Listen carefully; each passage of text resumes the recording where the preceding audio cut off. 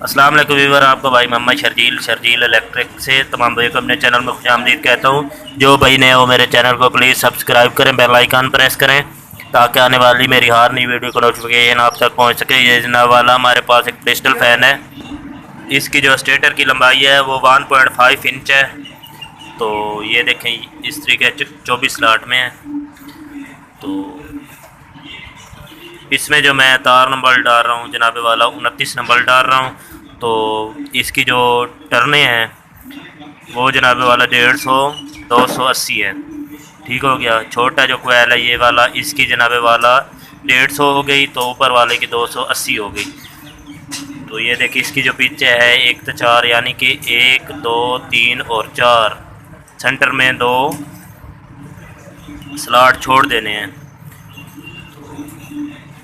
ये देखें, ये रनिंग के 4 सेट मुकम्मल हो चुके हैं। अब स्टार्टिंग की डाल रहा हूँ। स्टार्टिंग भी सेम यही टर्ने हैं। 29 नंबर, टोटल 29 नंबर डाल रहा हूँ। बहुत ही ज़बरदस्त वीआईपी फार्मूला है। लो वोल्टेज पे भी इंशाल्लाह बहुत ही ज़बरदस्त इसका रिज़ल्ट है।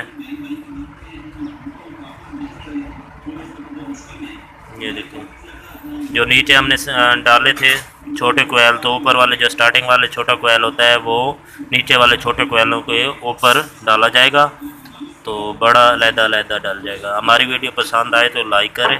तमाम अहबाब का शुक्रिया।